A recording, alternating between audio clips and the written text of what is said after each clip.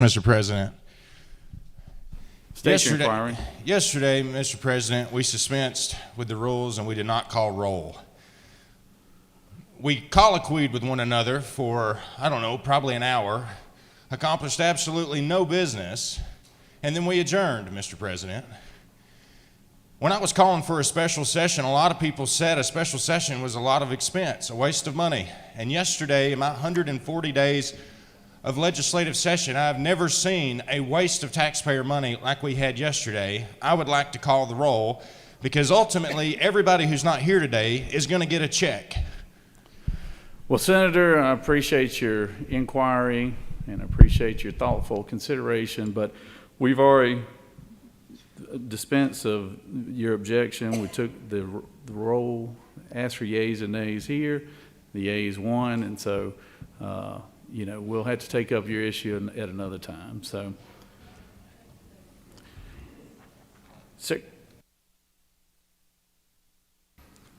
it is now time for the chaplain of the day. Recognize the senator from the 34th. Come on up for the Pledge of Allegiance and for the introduction of the chaplain. Senator. Thank you, Mr. President. Will you all rise and let's pledge our flag. I pledge allegiance to the flag of the United States of America and to the republic for which it stands, one nation, under God, indivisible, with liberty and justice for all. Now the Georgia flag. I pledge allegiance to the Georgia flag, principles for which it stands, wisdom, justice, moderation.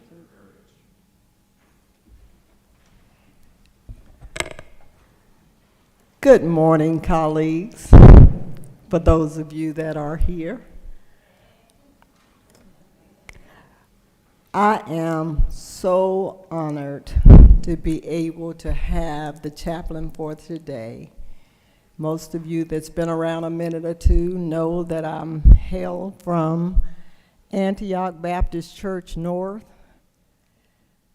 Been there all my born days, and the pastor of the day has been raised there as well. So we're deeply rooted at Antioch this morning here in this chamber. I am so proud to introduce to you Reverend Walter Mobley, who is the pastor of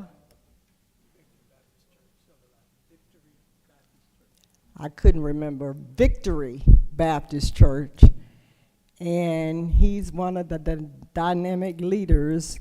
Our pastor, Cameron Alexander, helped get them started, put them on the right path, and now most everybody has their own sanctuary, their own church, and I am just so proud to have him come before us today and bless this Senate.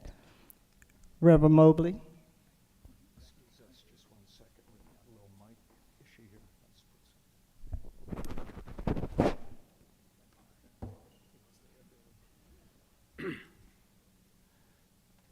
To Lieutenant Governor Burt Jones and my friend and mentors, Senator Valencia C., and all the members of the Georgia Senate, staff and visitors, thank you for this opportunity to serve as chaplain for the day.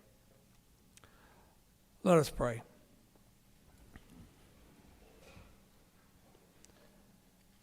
Almighty God, you know us. You know when we sit and when we rise. You perceive our thoughts from afar. You discern our going out and our coming in. You are familiar with all our ways. Before a word is on our tongue, Lord God, where we go, you are there. We cannot flee from your presence.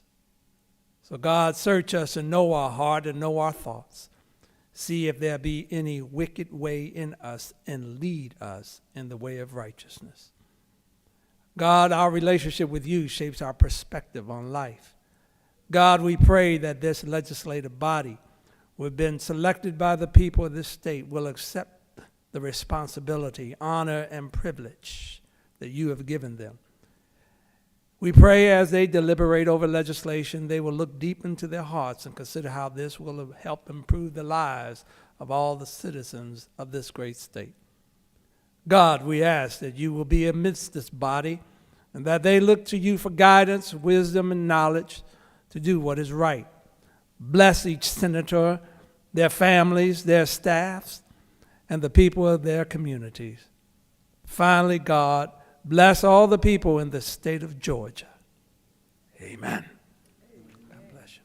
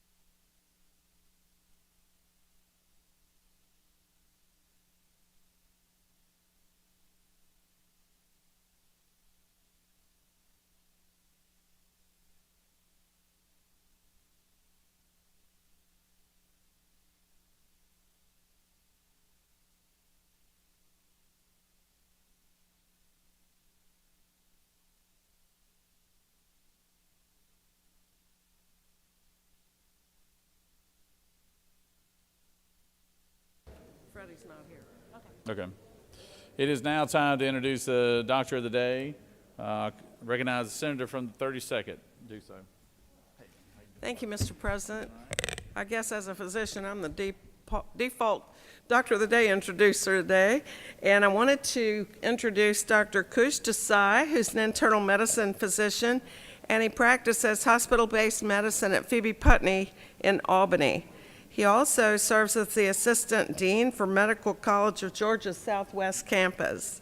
He's a 2016 graduate of MCG, and he returned to the region to lead his alma mater and train the next generation of physicians, and that's something we work on all the time, is getting our physicians to stay in rural Georgia. Additionally, Dr. Desai has expertise in disease prevention and works to reduce health disparities in rural Georgia. He collaborated with Georgia Corps to form the CDC-funded Georgia Colorectal Cancer Control Center and serves as regional medical director. They've screened thousands of people and prevented cancer in numerous patients in South Georgia. He's been recognized. I'm not going to read the whole list of his awards, but I hope that if you have any medical issues today, you'll go down and visit with Dr. Desai. Dr. Desai, thanks for being with us. Thank you, Senator, and thanks everybody for having me. Like the Senator was saying, I was a Medical College of Georgia graduate. I'm from Columbus, Georgia originally. I actually trained in Albany, Georgia, and I came back to lead the campus, and so that's exactly what now I'm trying to instill in our students to try to do the same thing. And so if y'all need me, I'll be downstairs. Hopefully you don't, but I'll be downstairs, so thank you guys.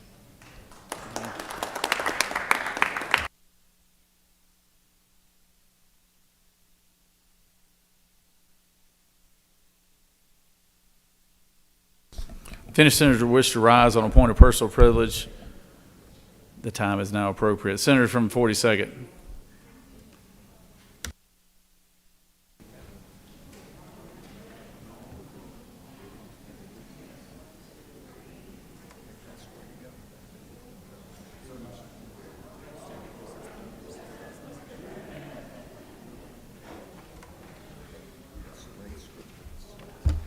Thank you, Mr. President. Colleagues, I rise this morning to draw your attention to a very strange, whiplash-inducing split screen that has been unfolding during the time of our special session.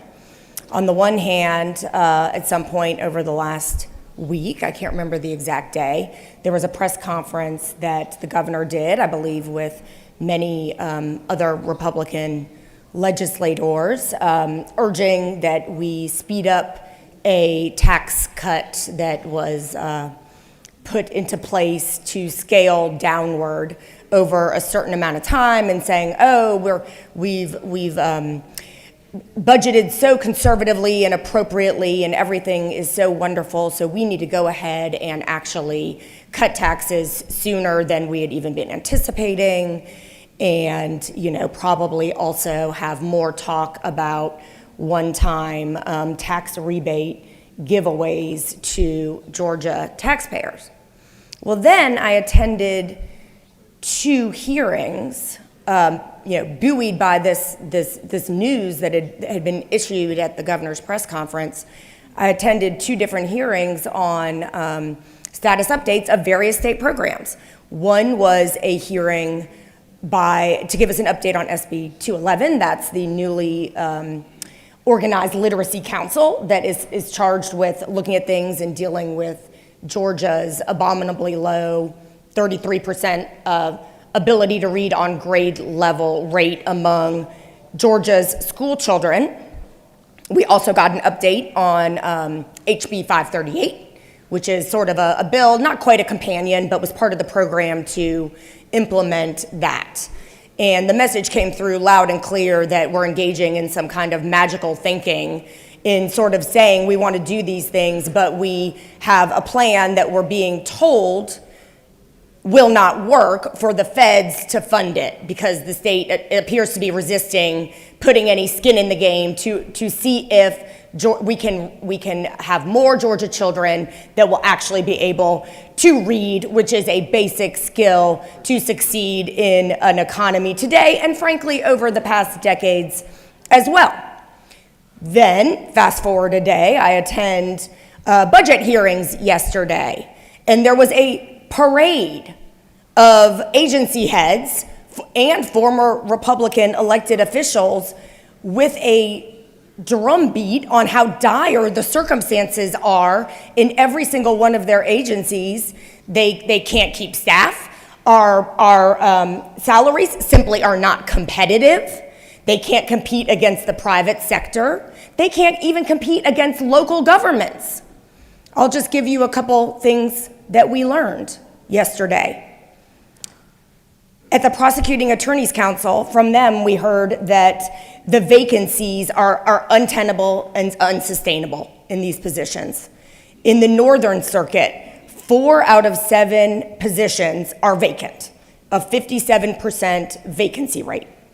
In Patala and Western Circuits, it's 50%. There has been 25% average turnover over the past 5 years. They do not have competitive pay and cannot hire into these jobs nor keep people in them. That's the Prosecuting Attorney's Council. I thought we wanted to ensure safe communities. That's law enforcement. At the Department of Labor, we are a year behind in unemployment insurance appeal hearings because there aren't enough hearing officers. The average wait time is over 3 hours at the customer call center, and the calls abandoned from consumers are 52%. This also appears to be because, as was testified to by our former colleague, Georgia Department of Labor Commissioner Bruce Thompson, the system is actually set up to sort of boot people off after 3 hours. And he was candid when he received a question from the audience about would we be in a better position today were COVID to strike again at the Department of Labor? And his answer essentially was no. Secretary of State, Attorney General, and Agriculture Commissioner all had similar stories. The Judicial Council of Superior Court judges, their compensation ranks 49th in the country, behind only West Virginia. And again, there was more magical thinking discussed. I think this was during the Georgia Department of Labor testimony, that apparently some idea that we have that the feds are gonna do something for us to upgrade one of our infrastructure systems is never gonna happen because, as we were told repeatedly, the state has put no skin in the game. Why on earth would we think that the federal government is gonna come in and rescue us on our unemployment systems and our children's literacy when we're unwilling to put any money into it ourselves? Meanwhile, we have Kemp saying we need to cut taxes. Meanwhile, we've got a $16 billion surplus.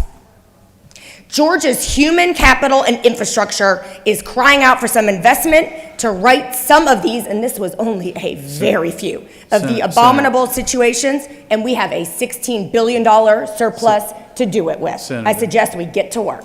Thank you, Mr. President. All I right, yield the thank floor. you, Senator. Senator, I appreciate your comments, but next senators that come up, be mindful of the time limit that we've historically had on points of personal privilege. So I let the senator from 42nd run over a little bit, so that's okay. We got some feisty folks in here this morning, so. All right, senator from the 50th, point of personal privilege.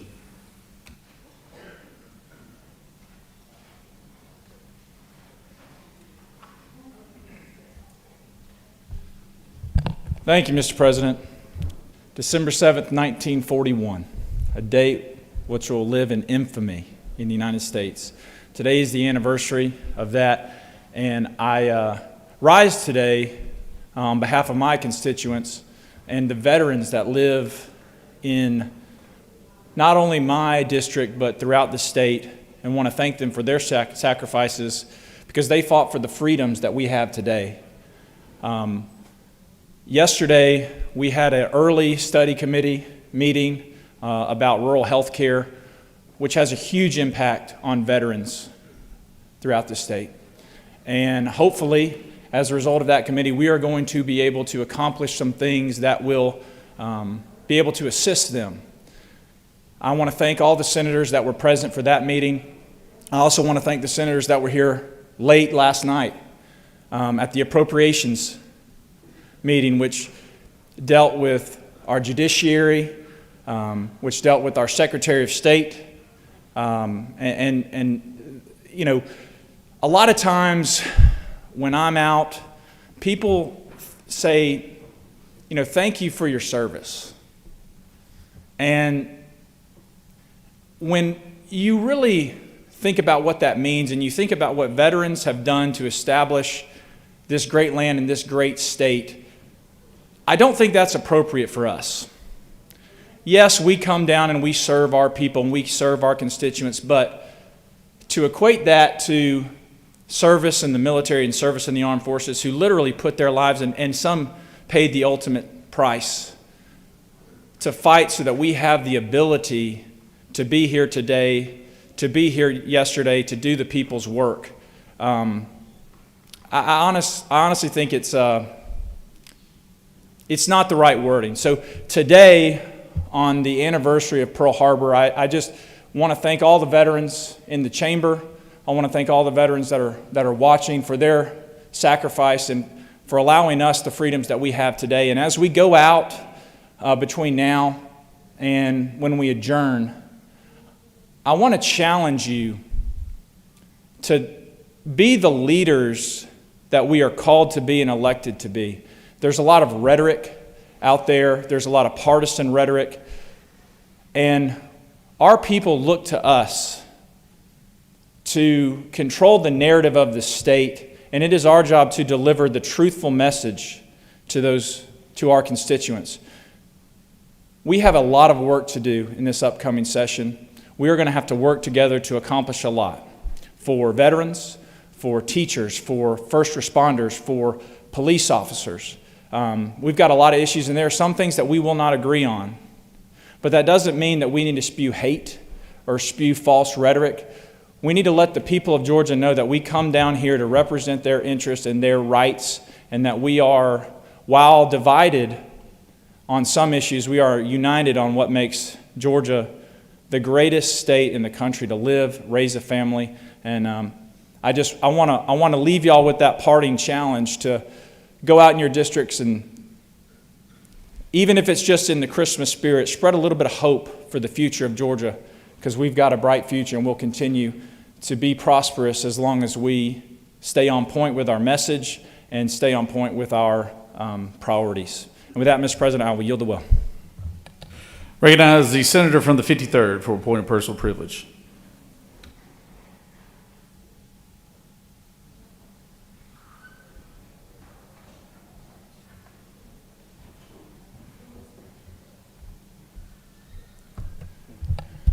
Mr. President, thank you. I echo the sentiments from my fellow senator from Northeast Georgia.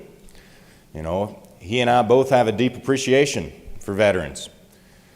Mr. President, he's absolutely right. Those veterans, you know, whether it be at Pearl Harbor, whether it be the European theater, those individuals put up everything they had, their life, their liberty, their treasure, to fight for our freedoms.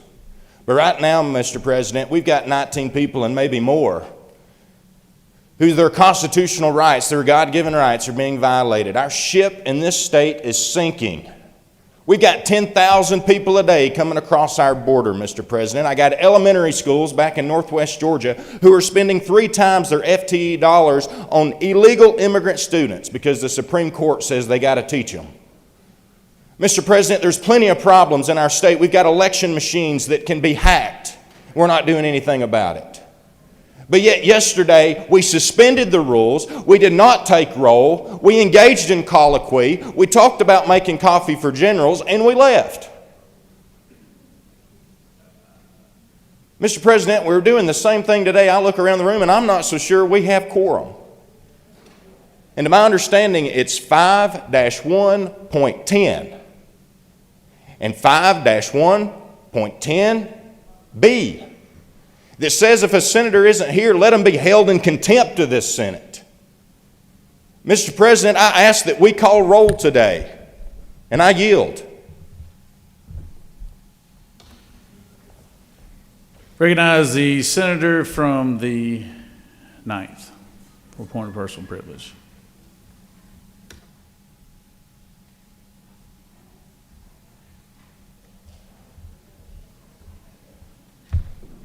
Thank you, Mr. President. I don't quite know how to follow that, but I'm going to lighten up a little bit because I rarely lighten up here. Clearly, those of you who are here didn't get the memo. Come on, what about ugly sweater people? I know y'all got them. You drag them out of the closets. So let's try this again. I mean, God forbid we have another special session, but let's try this again next year. Now, I'll make sure that that the memo gets heard loud and clear. But I also want to take a moment, if you will, to indulge me in bragging about my children. And my children are educated out of our great university systems that we have here in the state of Georgia. They are both graduates of our fine Gwinnett County schools out of Grayson, my district in Grayson. And as y'all know, my son graduated from Grayson. He is now at Georgia Tech. And his class, and those class of boys that played the years that he was there and graduated, we were champs, we were state champs. So Georgia Tech now has 2 state champs on their team, as my son, Noah Collins, and Jamal Haynes. They're doing fantastic. And we need to recognize when kids are doing good things. They have to keep up their grades. Georgia Tech is not an easy school. They have a very demanding schedule. So just remember that. They do a lot to entertain you guys on Saturday afternoons. But I also have a daughter, Imani, and she is 22, and she will be graduating Georgia State with a biology degree. She has straight A's, and her graduation is next week on the 14th, and I am extremely proud of her. So I have 2 superstars, and just circling back to Tech, after over, I think, 10 years, they are now in a bowl game, and we will be joining them at the Gasparilla Bowl in Tampa.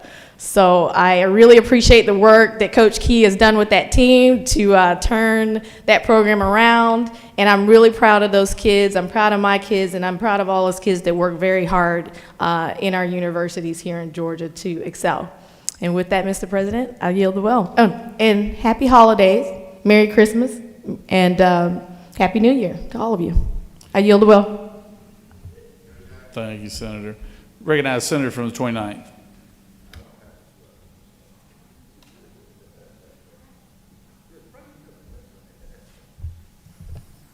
Thank you, Mr. President. I want to, again, dovetail off something that the senator from the 9th and the senator from the 50th were discussing because of what today is, December 7th.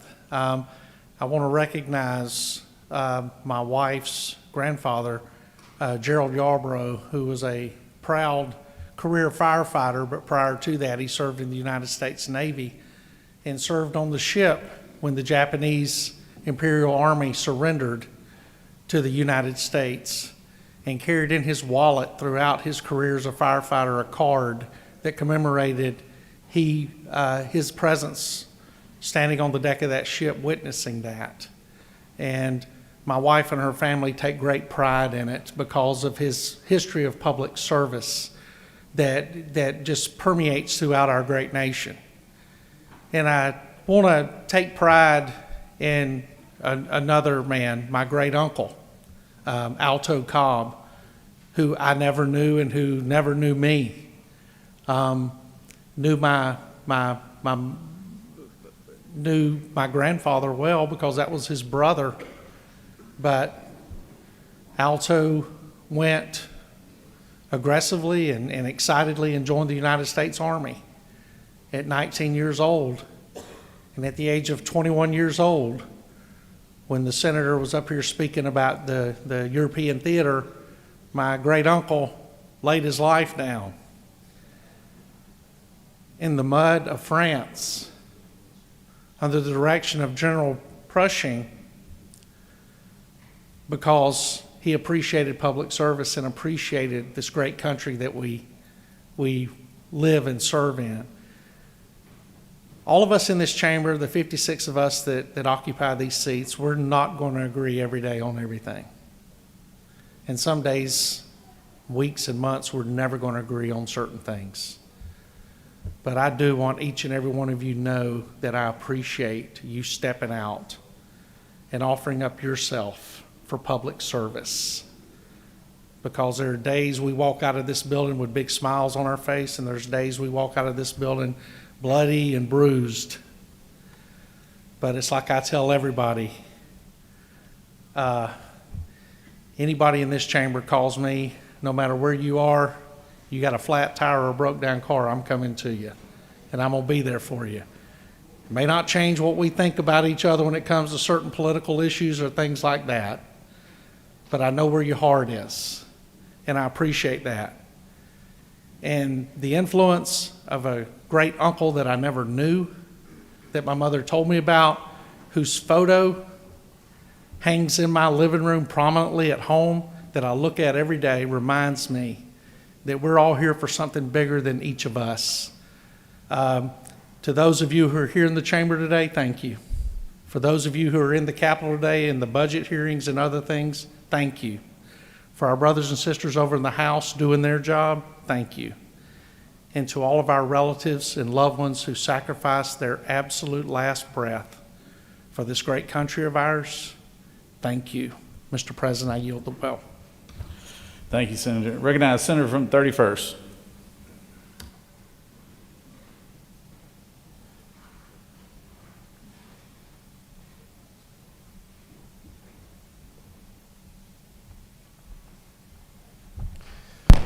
Thank you, Mr. President. I'm going to try and be brief. First, I do want to wish my entire family, everybody in West Georgia, Merry Christmas. All of you and your families, Merry Christmas as you travel home, and Happy Holidays. During this season, one of the things that I know and notice and experience my constituents is the amount of families that are hurting, can't afford things, having trouble with their kids in schools, and basically just life.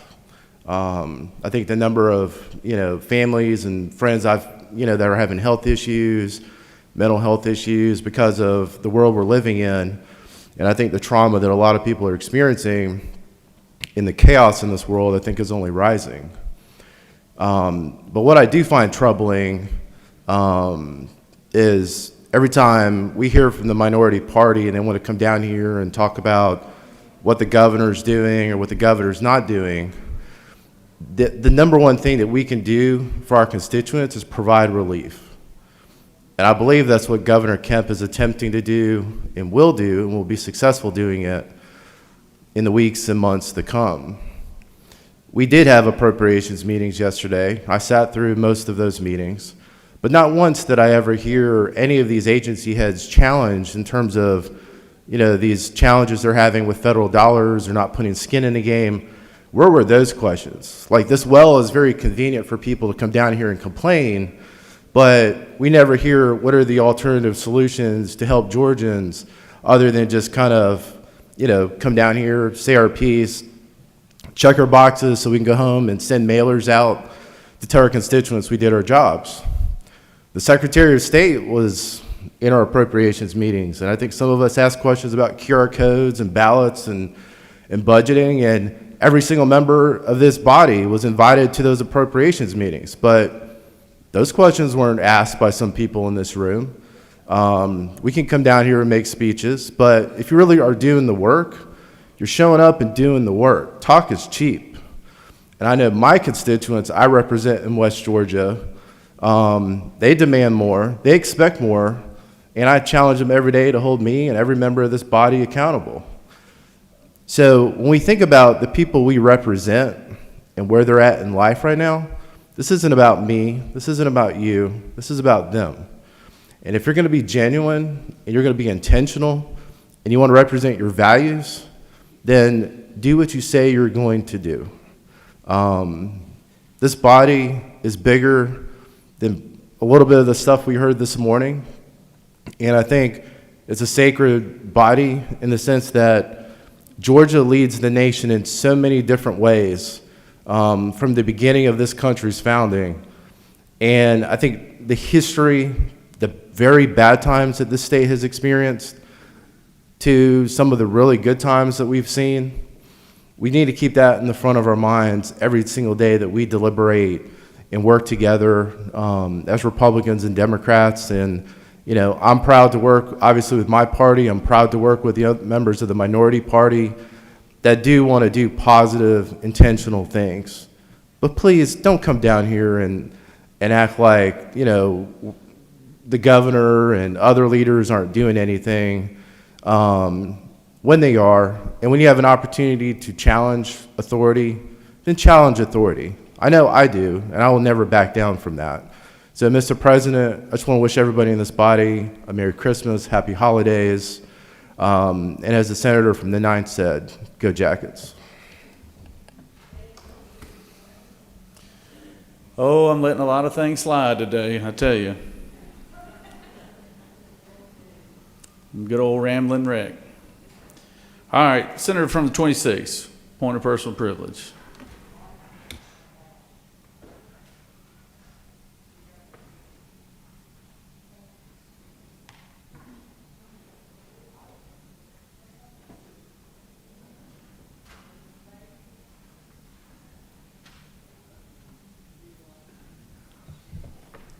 Thank you, Mr. President. And I'd like to wish everybody a Merry Christmas too. But some of you might not make it back. We are here right now. You heard the gentleman from the 25th talk about his health problem. For the last 12 years, I've worked on nothing but health care for rural Georgia, and I don't live in rural Georgia. I think about the times that I'd had health problems, and had not it been for me being around 15 minutes from a facility that could see by me. It ought not to be about your zip code, where you live. For 50 years,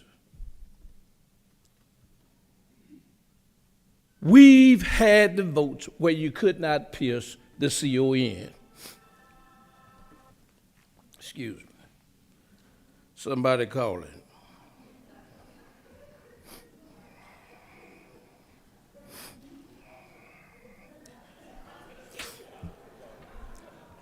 I don't know whether it's from the divine or not. But we can do something about health care in Georgia. We have refused Medicaid expansion. We've got folks in Georgia who go to work, some work in the hospital, and don't have enough money at the end of the day to pay the bill for health insurance. We send the money to Washington. In every state, you take Kentucky, for instance, Senator McConnell's state, coal miners were dying because they couldn't get the health care. I represent the poorest county in the state of Georgia, Hancock County.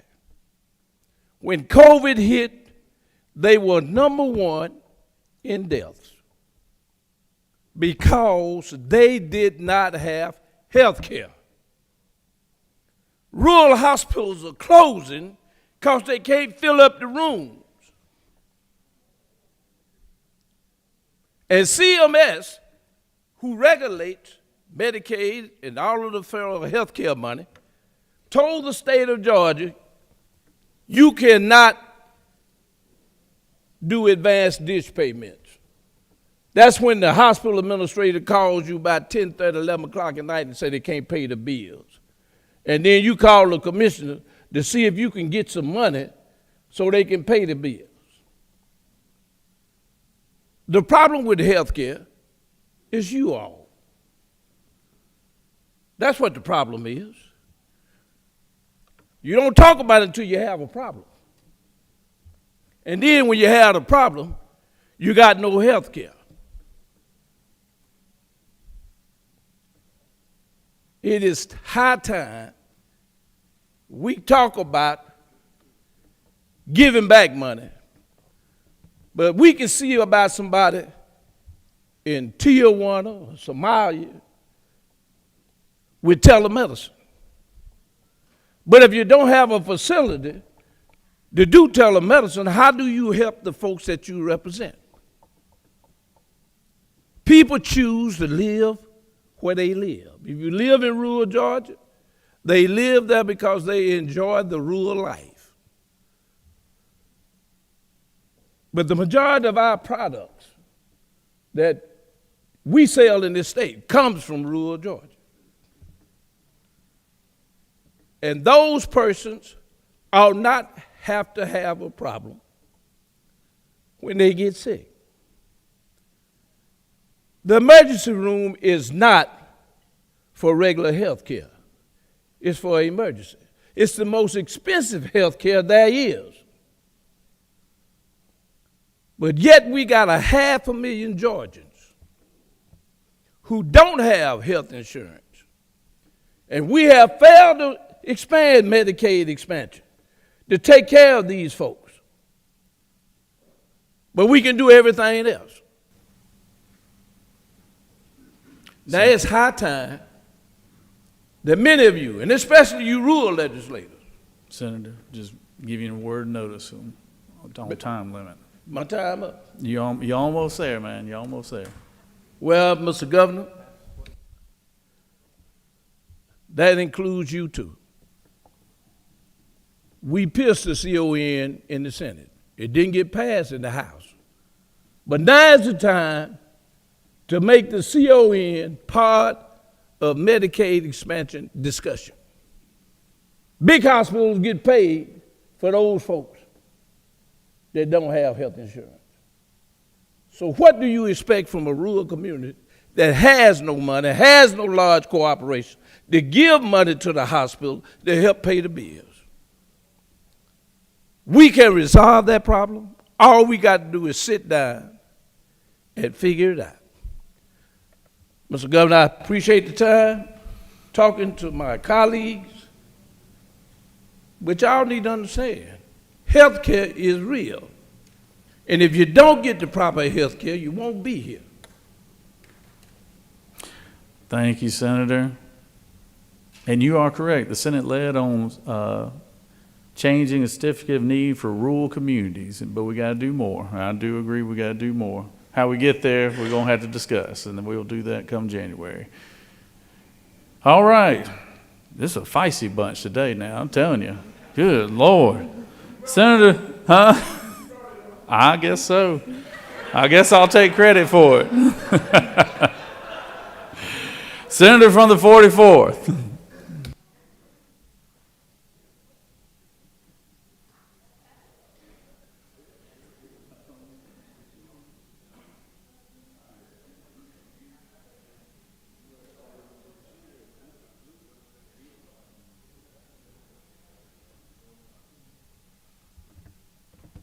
Thank you very much, Mr. President. I almost forgot. But senators, I rise today to congratulate the Clayton County United Negro College Fund Campaign Committee for their support and for their work on the United Negro College Fund for the past 40 years. And on this Tuesday, we will be celebrating and the UNCF Awareness Day 2023 at the Jonesboro City Center. The United Negro College Fund has 37 historically black colleges and universities, member institutions, 79 years old, but our campaign is about 40 years. I just happen to be the chairperson and get all the credit, but the people, the volunteers, are the ones who really do all of the work and all of that good work. And we have done that in Clayton County for 40 years. I just happen to be a graduate of one of the member institutions. But there are about 50,000 students annually that attend these universities, and we are so appreciative of all the work that the Clayton County Campaign Committee has done. So I want to congratulate them. We know volunteering is real hard. All of us do it. This Christmas season, as we celebrate the miracle birth of Jesus, it's all about sharing and caring. And all of us are on boards, and all of us this season will make sure that there's food on the table for the people, not only in our communities, but all across this state. We will make sure that every child has a toy. So we'll be out doing all of that work, and we just pray that you, all of us, keep the stamina and the strength to go out and do the work of the people. So Merry Christmas, Happy Holidays, all that good stuff. Thank you very much, Mr. President, and I yield the will. Thank you, Senator. Senator from 36.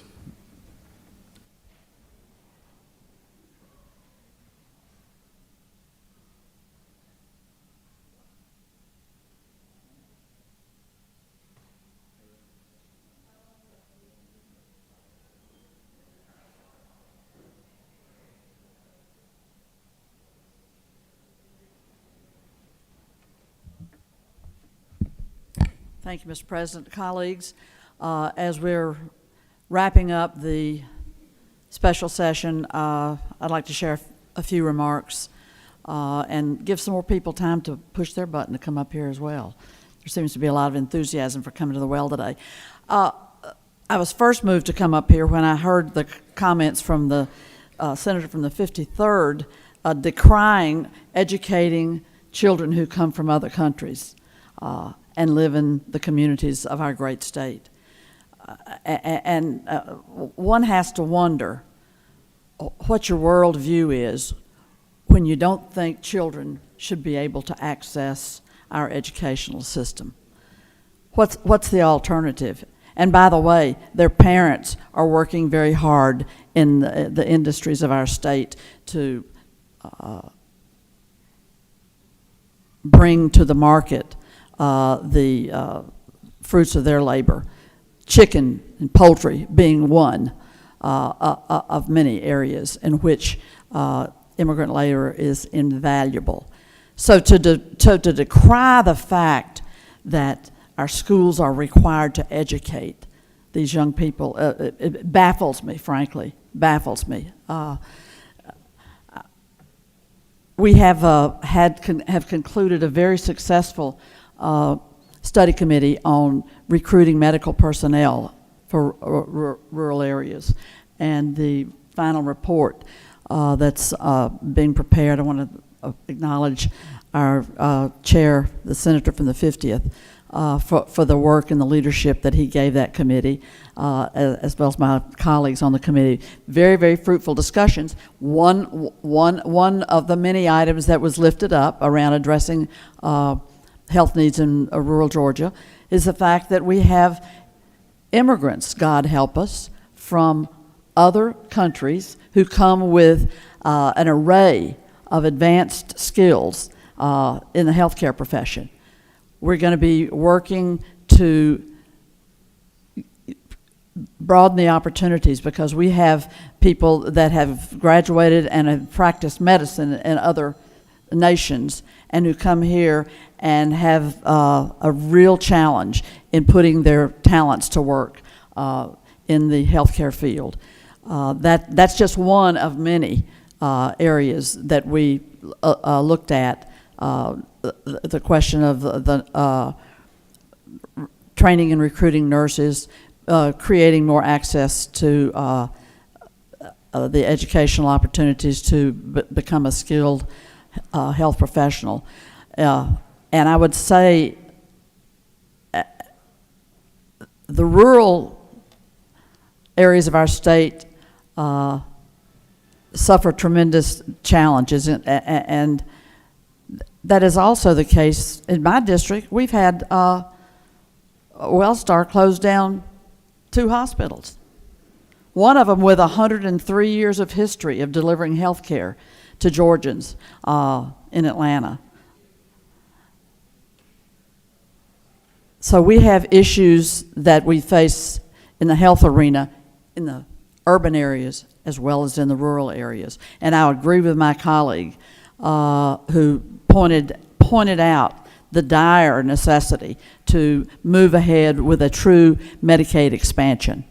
Let us, as we leave the chambers today and go home to our families for the holidays, let us resolve that the session in the new year is going to be a session that actually engages with this issue of health care and join the other 40 states that have expanded Medicaid. 40 states, folks. We've got a lot we can get in the well and talk about. To the gentleman from the 31st. We have, I think, second highest in the country rate of level of uninsured people in our state. This is not good. We still have a waiting list of 7,000 people on the developmental disabilities. Time is getting close, Senator. Just giving you. Thank you, Mr. President, for that timely reminder. So as I take my seat, recognize that tonight the season of light starts. Jewish families here and around the world will be celebrating Hanukkah for over the next 7 days, 8 days. And we, as well, will be moving into the holiday season for Christmas and New Year's. And there will be, if you haven't heard yet, Judge Stephen Jones has called for a hearing on the maps on the 20th before Santa Claus comes. So Merry Christmas, Happy New Year. We'll get back here and roll up our sleeves in January to do what needs to be done. Thank you. Thank you, Senator. Senator from 5030, you have a parliamentary inquiry. Parliamentary inquiry, Mr. President. Is it not true that the citizens of Northwest Georgia are heating their houses with wood today? And the senator who just spoke, her constituents live in big high rises, 50 stories tall. So if she'd like my immigrants, she can have them. All right, back on to points of personal privilege. Senator from the 7th. Recognize Senator from the 7th for a point of personal privilege. Senator from the 7th.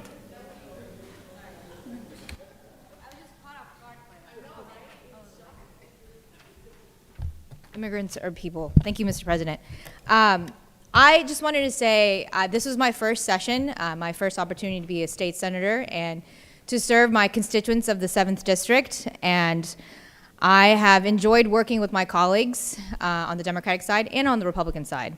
I was proud to help introduce legislation that addressed common sense gun safety reform, expanding abortion rights, increasing the minimum wage, fully funding our public schools, and fighting to protect our voting rights. I also appreciate the senator from the 52nd for giving me my first hearing on a bill that would eliminate the unjust and discriminatory sales tax on menstrual products. I hope to pass that legislation next year. I also want to thank the senator from the 30th who worked on a bill with me that I worked with on the National Guard with, and he was a co-sponsor on it, and it passed the state Senate. It was my first bill that I passed out of the state Senate. And I also want to thank the senator from the 31st. I was on his study committee for truck driver shortages, where we worked to find solutions that would address the crisis of why we don't have enough truck drivers on the roads, whether it be increasing their wages or figuring out safer working conditions for them.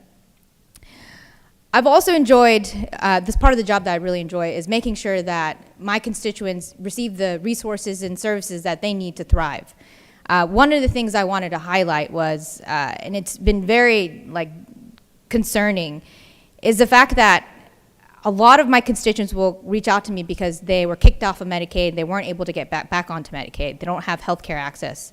A lot of constituents reach out to me about SNAP benefits and how they have applied months and months ago and they haven't been able to connect with anyone. Earlier, our caucus chairwoman mentioned that our state agencies are underfunded. They are. They're severely underfunded. These people that work at these agencies are overworked. They have caseloads up to here. And when you call, and I hear from a lot of my constituents, when they call the offices, nobody picks up. It just rings and rings and rings. They send emails, they never get responses. And so we have a dire situation with our state agencies where we don't have the staff to actually work on the issues that Georgians need help with. In fact, a woman that was 9 weeks pregnant reached out to me and said that she was kicked off of Medicaid. She doesn't even live in my district. She lives in actually a Republican district. Reached out to me for help because she said, I can't see a doctor and I believe I'm gonna have a high-risk pregnancy. She texted me again at 11 weeks pregnant. She's like, Senator Islam, I still haven't heard back on getting back my Medicaid. I worked with her, figured out talking to someone here and talking to someone there, emailing this person. She finally was able to get her Medicaid. I've worked with constituents where they're like, Senator Islam, I am afraid sometimes that I don't have enough food on the table and their kids go hungry. That shouldn't happen in Georgia. That shouldn't happen in the richest country in the world. We have the resources to help people. Let's figure out how to address this crisis that we have with our underfunded state agencies Because what else are we here for if not to help our constituents? So I just wanted to say, overall, we have more in common than what divides us. I know that we have partisan disagreements here and there, but a lot of the legislation that we pass are things that are good for all Georgians, and I hope to work on good legislation with all of you. And so with that, happy holidays and Happy New Year. Thank you. I yield the well. Senator from 33rd, point of personal privilege.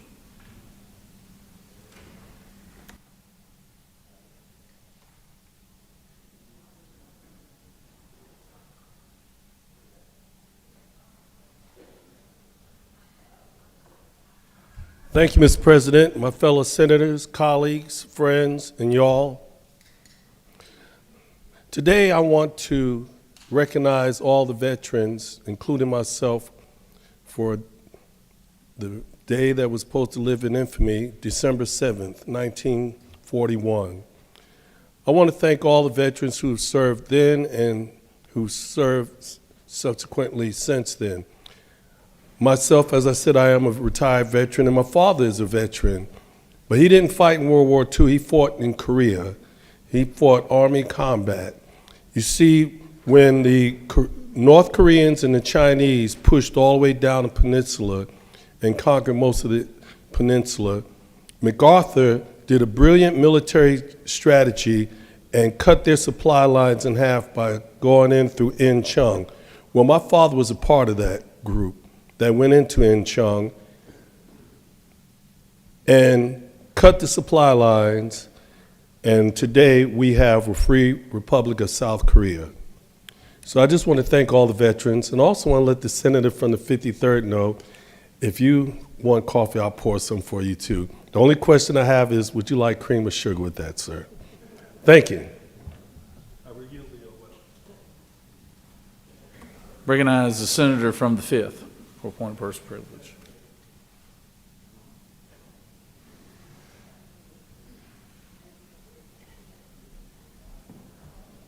Thank you, Mr. President. Good to be here this morning. Dear colleagues, I wasn't planning to say anything, but everybody's saying something, so I guess I might as well join. We are one of the greatest countries in this world. I travel all around the world. And when you talk about the healthcare, we have the best healthcare system anywhere in the world. But the thing is, we don't have access. Not everybody have access. You can say, well, you can go to emergency. That's not healthcare, as my colleague says. So we got to do something about it. We have all these big budgets, surplus. I mean, we have all this rainy fund, everything else. We worry about that, we're going to go bankrupt. If you look at, 30-some years history, we have done pretty good under, Democratic and Republican. And we work together pretty good too. 85-90% of the bill that we sponsor, we co-sponsor, we passed. And we're doing great. And we are very proud of what's going on, how we're serving our constituency. That's great, Mike, But we got to remember one thing. Anything we do, that affects 11 million Georgians. So somebody from the a couple 100,000 people from Gwinnett, they elected me, and that you all represent around a couple 100,000 folks. But you know what? It's great. We're serving our constituency. But we got to look at the entire state. We got to, anything we do, as I said, that affect every single Georgian. And we got to be mindful of that. And I guarantee you, all of our district, we have people that don't have health care. Shouldn't be that way. Shouldn't be that way. I've been to some of the poorest countries in the world, and they have the basic healthcare system. And people always ask me, anywhere I go time to time, they ask me about the healthcare system, I mean, they cannot imagine the country like United States, people don't have healthcare. It's unbelievable. It's really unbelievable. We got to do something about it. Let's come together next session. Let's expand the Medicaid or whatever we can do. And another thing, we have a lot of immigrant doctors come to this country legally. They're not crossing the border. We bring them to this country. We have a lot of healthcare in the state of Georgia. The doctors, they have experienced work years in overseas. They come in, pass exam, and then they can get residency. There's a problem. We need to do something. We have not only in Georgia, all around the country. A couple of months ago, I was in New York, and I had met several doctors.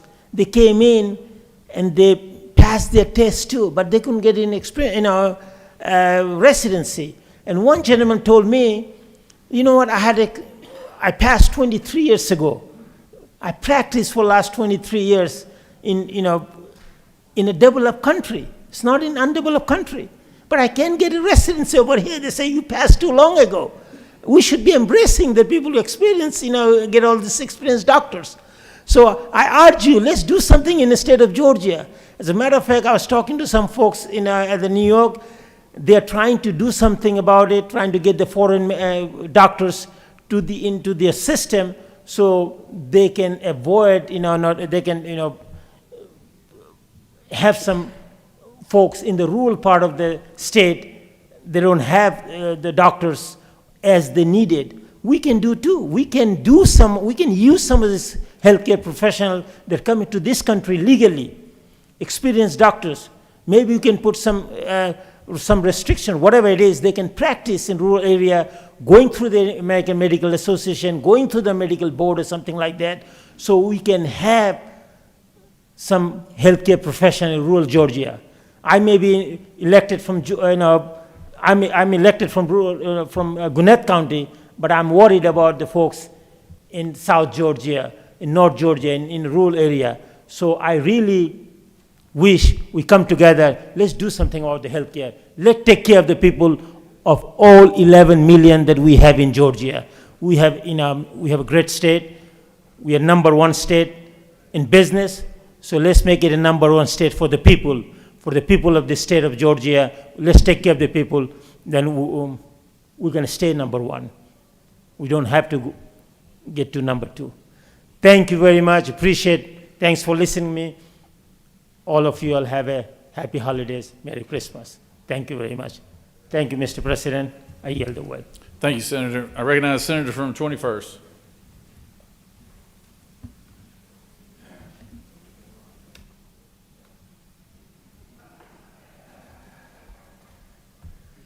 Thank you, Mr. President. Colleagues, I rise before you. Yesterday we had a joint Economic Development and Tourism Committee meeting, and Chairman Stevens in the House presented his sports betting bill, his draft, and then I presented a draft of a constitutional amendment to let the voters decide on casino gaming, destination resorts, horse pari-mutuel wagering, and sports betting. There's 38 states, there'll be 2 more by January that have sports betting, so you'll have 40 states that have it, and we don't.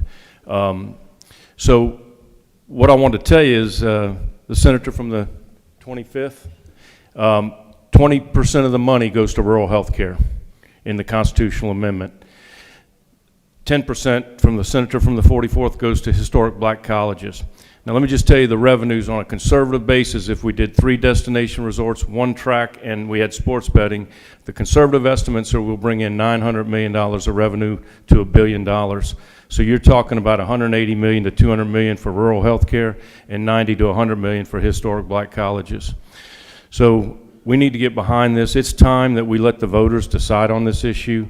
We've talked about this for 10 years, and I think the voters want to have the right to vote on this.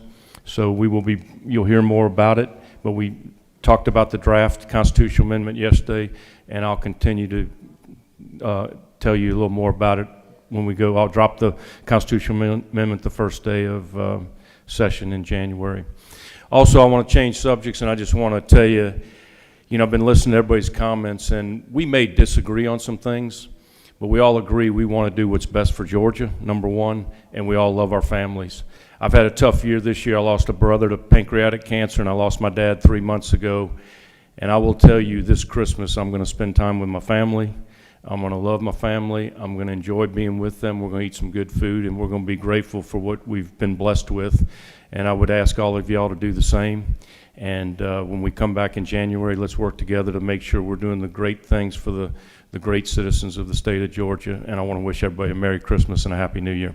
Thank you, Mr. President. I yield the well. Thank you, Senator. I recognize the senator from 34th for a point of personal privilege.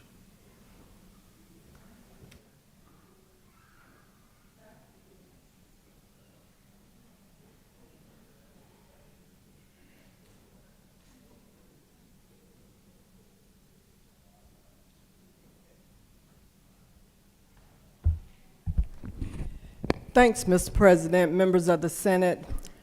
I rise for one particular reason, and that's to say thank you, colleagues. I've been in this chamber a pretty long time, and I have learned so much. But what I value most is health. So I'm going to start with health over everything else. Many of you have known me for some years. Yes, I'm a heart attack survivor. That's why I make sure on Go Red Day that if you guys don't wear your red tie, I'll bring you a red dress. I want you all to be serious about health care, mainly because health over everything else. If you don't have good health, you're having problems, serious problems. Now, I will say that one of the things that I was really excited about was when I got an invitation to be a part of what was deemed as Obamacare. Yep, I had an opportunity to go to D.C. and meet with different people from all over this great nation. It was awesome. It was phenomenal. But little old me from Clayton County was chosen as one of those that were in the room. And one of the things I'll never forget is when our president at that time, he told all of us in the arena similar to this, when you all get back to your states, do me one huge favor. Let them know I do care. That's the president. He cares about us. He wanted to make sure we had health care and access to health care, not just for those who could afford it, but for every living soul. So, as one of those who have had many, many challenges, and thank you all, because you all have prayed me through a lot of challenges, and even today, a little left to zero, but I'm still standing. I want you all to know that we should make sure that our districts, red, yellow, black, or white, should all have access to health care. We could have done it a long time ago. We've been trying to have access to care, but if it was only because it was deemed Obamacare, let's take Obama out of it. Let's make sure our districts, our people, all Georgians have access to health care. That's simple. Just come together and say, yes, I agree. Health for everybody. Let's make it happen. It's been on the table too long, and we've grappled with it. And now I'm going to go back to the grandchildren saying, for why? Yeah, when they was little, I thought that was the cutest thing, but you know how grandparents are. But it is a serious matter, just making sure that each and every one of our districts, our constituents, have access to care. Mr. President, I've had my say. Thank you so much, and I'll yield the well. Thank you, Senator. Recognize the senator from the 51st for a point of personal privilege.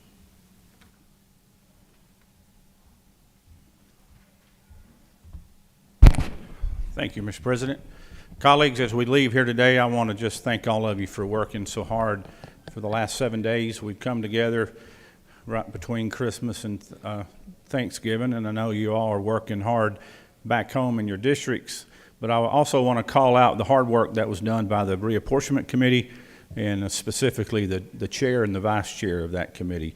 The senator from the 49th and the senator from the 50th have worked hard for many, many weeks and brought together a map that I think we will be able to go forward with next year in the election. Unfortunately, the senator from the 49th was not able to attend today due to an unexpected death in her family. Her aunt, Sheila Cantrell, passed away this week suddenly, and the senator from the 49th is on her way to that funeral as we speak. So I'd like to ask if we could give a moment of silence and stand in her honor and pray for the family. Senator's request is a moment of silence.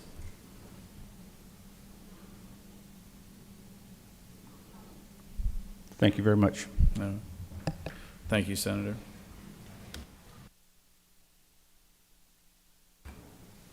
Okay, the posture, or does any other senator wish to rise on a point of personal privilege? All right, chair hearing none. All right, the reason why we're here today is because we are waiting on the House to finish the maps there. They are still working on those. You know, we had concluded our business here in the Senate, and so I'm going to recognize the majority leader to have us stand in recess until we can get in the until the House can finish conducting their business. Majority Leader, you have a motion. Yes, sir. Thank you very much. It seems like we're always waiting on the House of Representatives to take action, but here we are, ready to do the people's work. Mr. President, I would move that the Senate stand in recess pending the receipt of a message from the House, and upon receipt of such message, stand adjourned, sine die. All right. The Majority Leader has moved that the Senate stand in recess pending receipt of the message from the House, and upon receipt of the message, stand in adjournment, sine die. All those in favor signify by saying aye. All those opposed, no. All right, the ayes have it. We'll stand in recess.